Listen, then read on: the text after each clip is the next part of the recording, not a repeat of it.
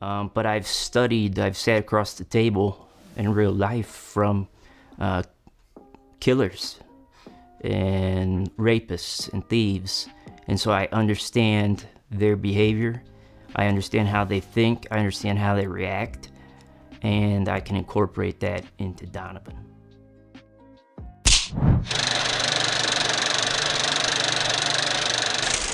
Welcome back to How to Make Your First Feature Film. In this series, I'm chronicling all the ups and downs of making my first feature film with next to no money. If you're new to this series, make sure you go back and check out the first 3 episodes, which go over a crash course on the basics of pre-production. In this episode, I want to talk about the importance of developing a great relationship with your actors.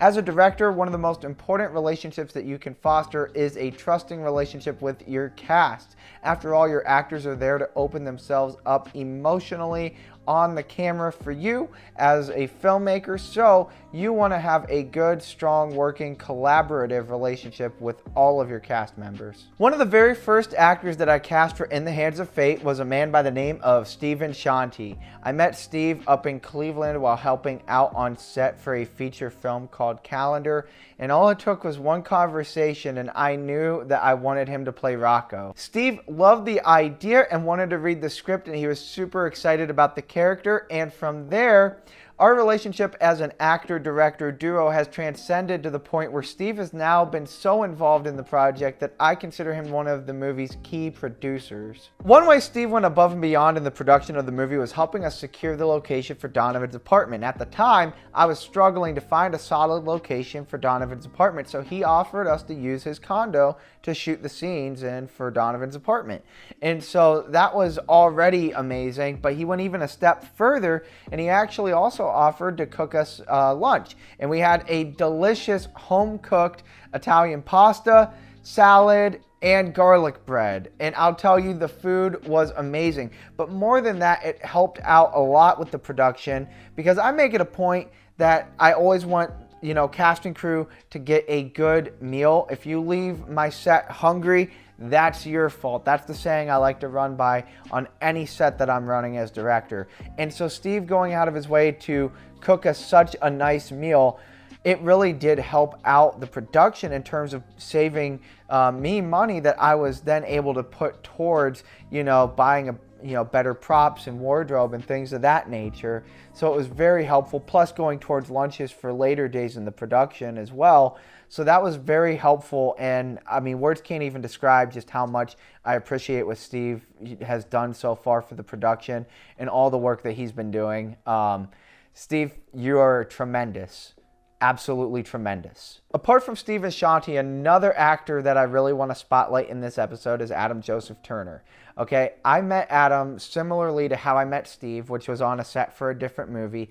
And there was this one day in particular where Adam had to give this villainous monologue.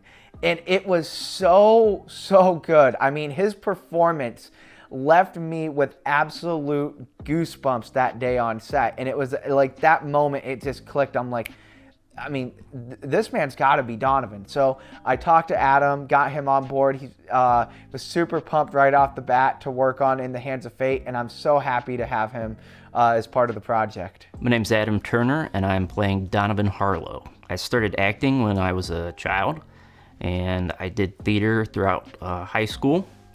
Then I went on to be in law enforcement for 16 years. And I've been acting in film for the last 6. Part of what I think helps make Adam's portrayal of Donovan so unique and so authentic is actually some of his real life experience. See, when Adam's not acting in front of the camera, he's actually a homicide detective. And as, someone with a storied career in law enforcement, Adam's developed this intuition, on thinking of the psychology of a criminal. After all, if your job is to catch killers and catch criminals, you got to know how they think in order to know, how to catch them, obviously. And I think that, bringing in those real life experiences in law enforcement and now playing, the type of character, the type of person that in his real life career he would be out trying to catch, bringing those aspects into the character and playing someone on the other side of the law really gives a unique feel on the way he's been playing the part of Donovan. So being on the other side, this is been very therapeutic because it has allowed me to take on, role somebody completely different than who I am every day. It's kind of fun to be the bad guy, and it's something I enjoy.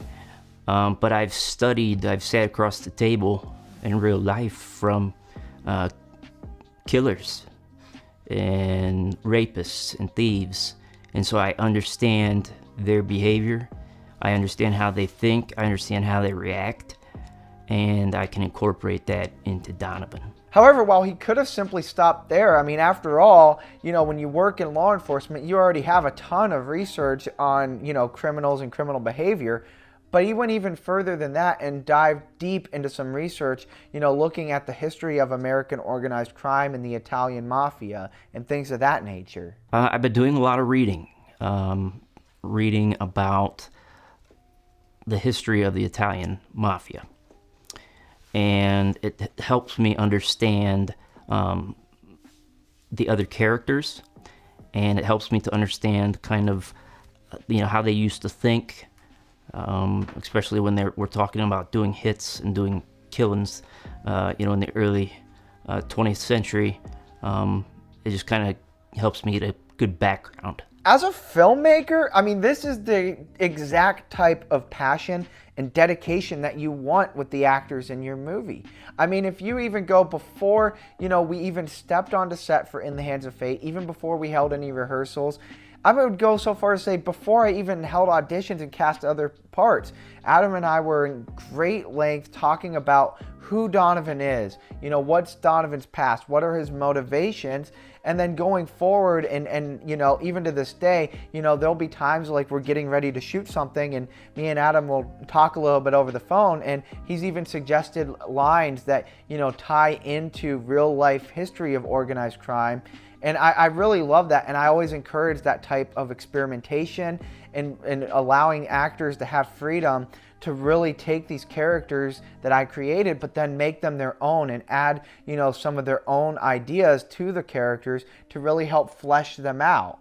So that's been absolutely wonderful working with him with that. So whether it's the examples I shared with Stephen Shanti or the examples that I talked about with Adam Turner, I really hope you're able to pick up something valuable in this episode, just about how powerful it is and how helpful it is for you as a filmmaker, and why it's so important for you to develop and foster such collaborative relationships with your actors, during the entire production process. There's really so much more to working with your actors than just having them come onto set, giving them some light direction, and calling it a day. I mean, even when you go into what the rehearsal process looked like for In the Hands of Fate for some of our shooting days, I mean, there's a lot of the heavy lifting was done well in advance, so we were able to move a lot quicker when we were on set. So there's a couple exercises that I actually ran in rehearsals that really help the actors really get into their characters and really, get a feel of what my vision was, and then how they could interpret that to kind of bring out some of their own energies into it as well, and giving some good playable notes in the rehearsals, so when we were able to step onto set, everything went smoothly. One of those exercises I actually ran between Adam and the actress who's playing Donovan's ex-wife Amber, Heather Bales, and the exercise that we did was, before we rehearsed, I talked to Heather separately and I talked to Adam separately, and I told each of them what their character thinks of the other. Another fun example of an exercise that I brought out during the rehearsals was actually between Adam and Steve, and we were rehearsing one of the scenes for Donovan's apartment that we were going to do. But in the rehearsal, I wanted to change things up just a little bit. I loved their performance, don't get me wrong, but I wanted to just add this layer of tension and almost this competitive nature to their scene. And so all I said simply was, deliver your lines like you're playing a game of poker. And I'm telling you, that's all I needed to say, because it was tremendous. And right there in the rehearsal, I said, that is what I want to see on set. And you know what? Sure enough, we went to Steve's condo that morning, and we ran that scene, and that's exactly how both Adam and Steve played that entire scene. They played it like a game of poker, and I'm telling you, whenever you see that scene in the movie, it is so tense, you could almost cut it with a knife. It's beautiful. I love it. However, here's the thing. none of the exercises that I talked about really would probably have been as powerful if I didn't take the time to get to know my actors and really foster the kind of working relationship, you know, where everyone feels comfortable and has fun with each other. And I really make it a point to create this light atmosphere, like even in our group chat that we have, to, you know, not always be all, you know, serious business, but joke around a little bit too, and really build, you know, this, you know, friendship and camaraderie with the cast. So when we go into the rehearsals, or even when we go on to set, we all feel so, you know, comfortable with each other, and we're all having fun. So it's easier to work, you know, and trust each other to say, you know, give them direction, for them to take direction, and on the other way around, for them to give me suggestions. You know, as an actor, like, you want to be able to offer suggestions to the director and know that those suggestions are going to be welcome. So I hope you're really able to take some of that and bring that with you onto set, and some of the experiences from my first feature film you can take with you onto yours. And if you like this content and you want to see even more videos on indie filmmaking, make sure that you go ahead and you drop a like, subscribe, turn that bell on for notifications. And if you yourself are an independent filmmaker, I'd love for you to be able to share your stories down in the comments. Let me know some exercises that you've worked out with some of your actors that have worked for you in terms of directing your cast, and share some fun stories from set of, you know, building a relationship with your actors. Share some funny stories down in the comments. Maybe there's a, you know, some interesting, or not even just funny stories, but powerful stories, examples that other filmmakers can learn from, you know, things that have worked with you on set where you were able to, you know, foster a healthy working relationship with your actors, and how that helped to create a better overall end product for the movie. Anyway, guys, that's all I have for you here today. Until next time, that's a wrap.